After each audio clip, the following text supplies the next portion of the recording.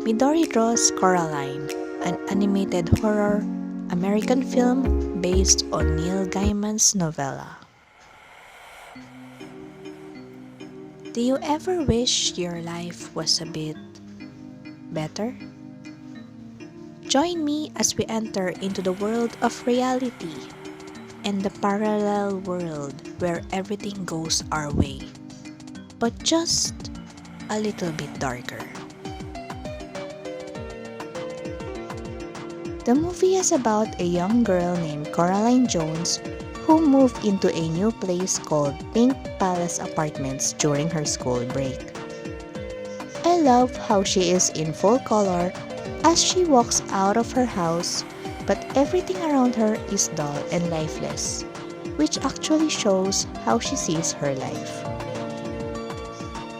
Everything changes as she sets foot on a small door connecting to a parallel universe that transports her to another home that looks very similar to theirs, except that it is filled with color and full of life.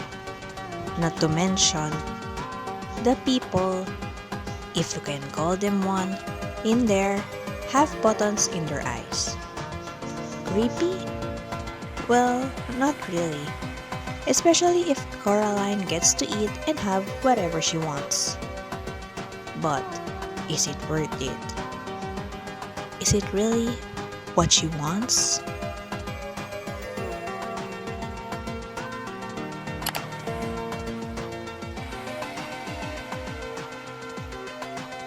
Genre: horror.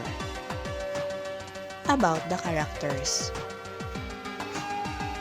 I like how Coraline seems to be this adventurous kid with a wild imagination. Her stepping out of their new home and not being afraid of the world out there says a lot about her. I find Wyborn odd, especially with the way his head was always so twisted. It makes me want to twist my head too. But other than that, I like him for being amiable to Coraline.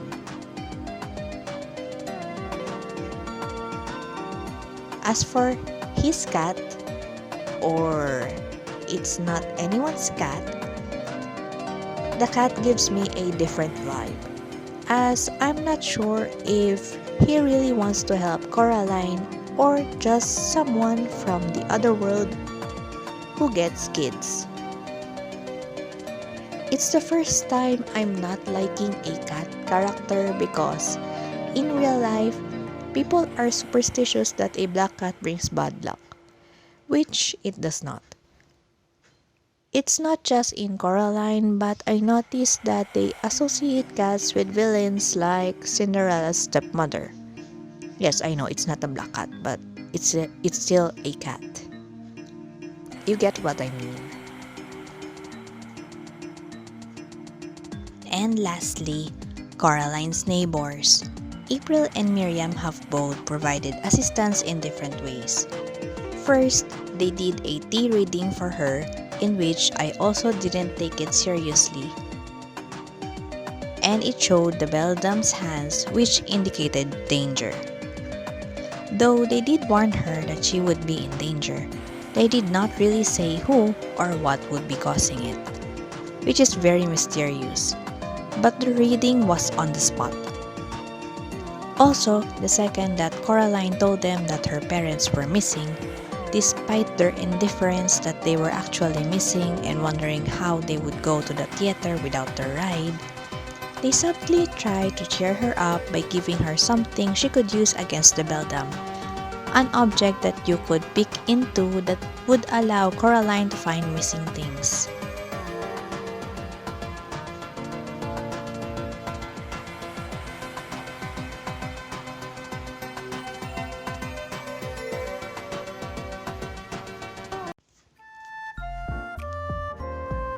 Early access of Midori Draws is exclusive in My Coffee. Just go to coffee.com/LadyMidori.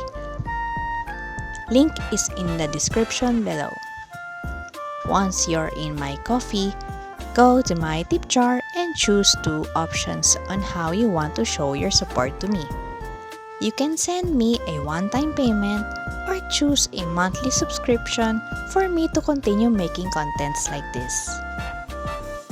Full high-resolution image will be available for download to whatever art is shown in the episode. Missed a previous fan art I featured in my YouTube video or in my coffee? No worries. Head over to my coffee shop. Link is in the description below. And purchase any of my previous art mentioned in the video. Simply send me a message with a screenshot of which art you want to purchase so I can upload it and send it over to you. Now, let's get back to the video. What I liked about Coraline. The story is clearly not just for kids. My interpretation of this film is it's a reminder that no matter how unfair the real world is, if we get to have our way on how our world is supposed to work, it's not as colorful as it looks like. I mean, sure, we get to have everything we want in the parallel world, but somehow, it feels empty. What I disliked about Coraline. Similar to Coraline, I first disliked her biological parents. Everything seemed so dull and lifeless except for Coraline herself. Her parents aren't paying attention to her because of their work, which is understandable. But they need to take a break at times, right? I was hoping they'd at least have some time for a break. And another thing, I dislike the part how the cat is depicted as not something that is good nor evil.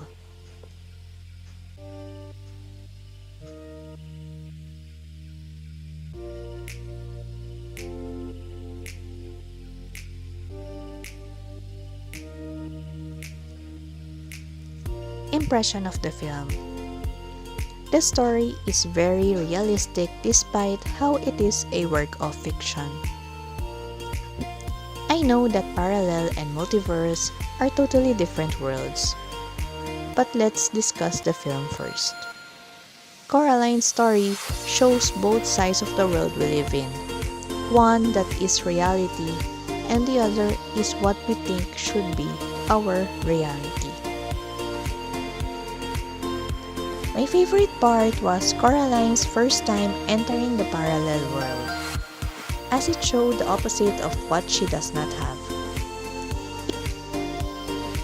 It struck me because even as an adult, I feel like if things went my way, things would have been better. In Coraline's eyes, everything is perfect in the other world. There was scrumptious food that she could not have in her real world. Her parents are actually turning around to really look and listen to her. And whatever she asks for, she was given. It's like a child's dream come true. Of course, I would also see that as heaven, getting whatever you want. Except that the people in the parallel world aren't real, just as the world is. It's such a strong depiction of how we take things for granted. They say that eyes are the window to the soul. Thus, the film shows exactly that. The button eyes were used by the beldam to spy on the kids of the real world and to see which part of their lives was not to their liking. And that's what the beldam would provide. I feel like YB bringing the doll to Coraline isn't a coincidence. And like every character in the story, has a role to play in bringing Coraline to the other world. But because I haven't read the book, I can't say this. Book readers probably have more context about the story.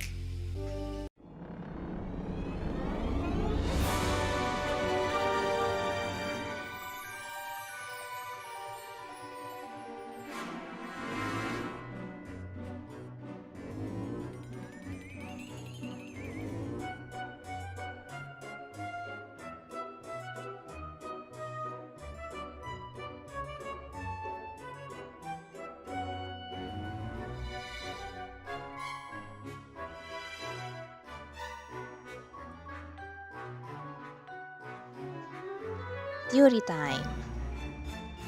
The whole plot and ending left me with a lot of questions that maybe you have an answer to? Type what you know in the comments below and let me know your own theory about the story. YB got the doll from his grandma's stuff. Does it mean that the doll was made before Coraline arrived in there? Or, as the intro showed us, the beldam created the doll and sent it out by the window and somehow transported it into the real world? Remember, YB mentioned that his grandma doesn't allow tenants that have children, so he was surprised that the Jonases were accepted. It's impossible that Coraline's parents didn't indicate that they have a child during their transfer, or lied to about having a child so that they can take the apartment, or it could also be that the grandma didn't ask if they had a child. How did the other YB manage to pull out Coraline from the mirrors? Yes, the other YB and the cat are the only ones who aren't in the beldam's control, so they're kinda suspicious. I mean, could anyone just pull her out of there when no one around her actual world knew what was happening to her? Or the ones who aren't in the beldam's control but part of that parallel world have the ability to help Coraline? I'm not even answering my questions with answers, but with more questions. Is the well a connection to the other world besides the small door? Because YB did mention that if you fall down the well, you'll get to see the stars in which the parallel world consists of, because it's just night in the other world. If that's the case, then throwing the key into the well would allow the beldam to get out and find more kids? I can't really see the happy ending in Coraline because the key was gotten rid of in a nearby place. If it was thrown out of the country or something, maybe I'll feel reassured because no one would find out what the key was for, but it was thrown in a nearby well that's possibly connected to the other world. I can remember the well on the other world when Coraline was in the garden and trying to find the children's eyes, and something came out of it to grab her. So I'm not sure if that was the same well or not. I'll show a quick screenshot here. Well, imagine if that was connected to the real world, similar to Inuyasha. Then the story of the beldam doesn't end there, and that's what's scary. Coraline or YB could still be in danger.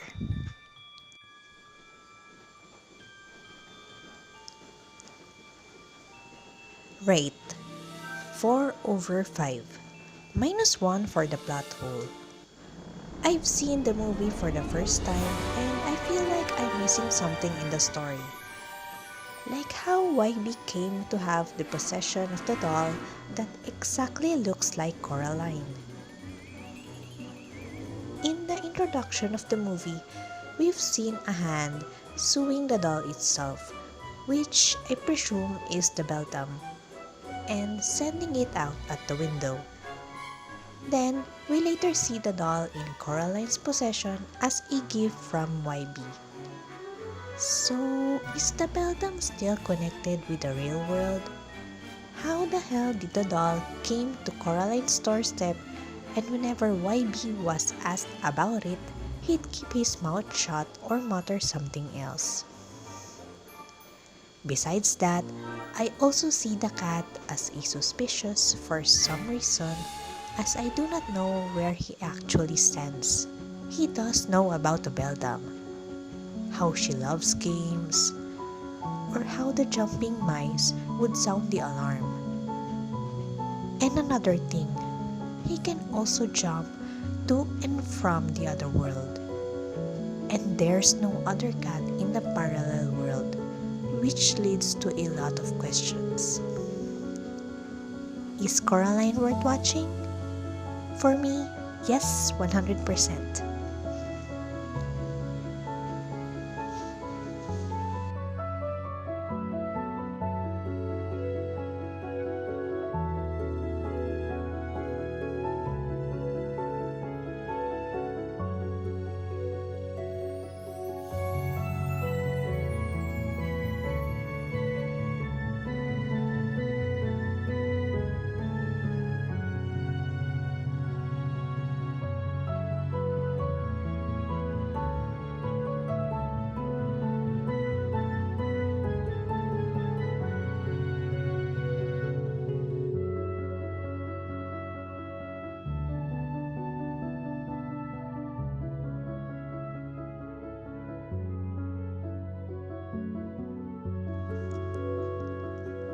about the drawing. I was supposed to upload it last November, but as I've posted, personal stuff happened. My mom is okay now, by the way. I pulled out the crowdfunding because it wasn't getting any response. Yes, fanbase isn't that big, so I assumed that was the case. But totally grateful she got her wound debridement. Now back to the topic at hand. I've decided to draw Coraline in a different outcome, wherein she is still trapped inside the parallel world. There are theories over the internet that Coraline never made it alive, and the ending was still part of the illusion. Check the theory made by Melissa Coy in her vlog. This twisted theory makes Coraline even darker than you remember. The link is in the description below. Melissa theorized that Coraline never left the real world. I have a feeling that this is closer to the truth because Melissa also stated how the other world works.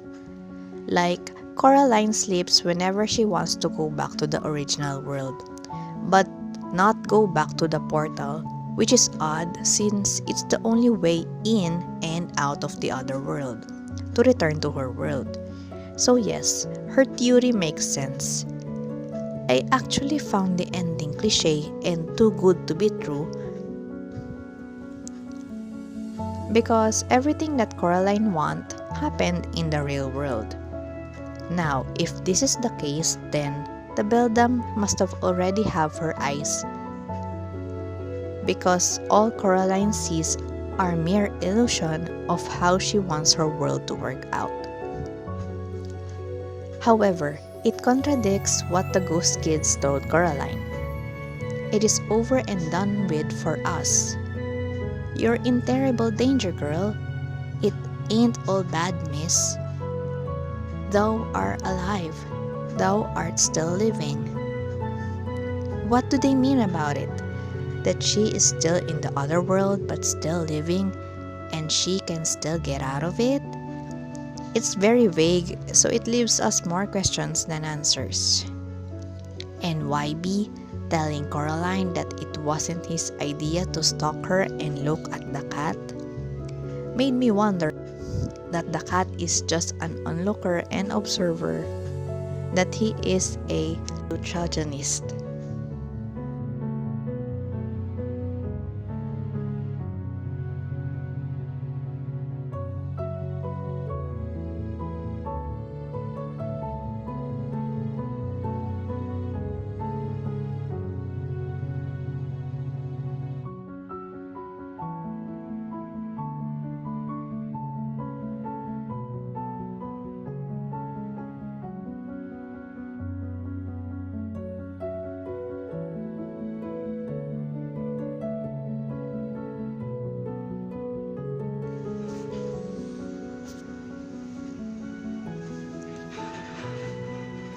Coffee shout out.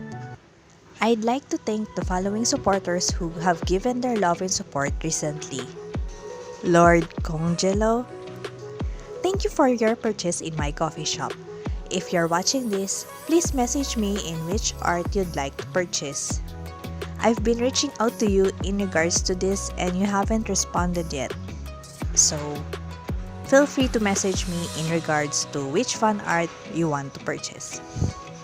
And lots of thank you to Pierre. I'm not sure how to pronounce it. I'll just flash your usernames in the screen.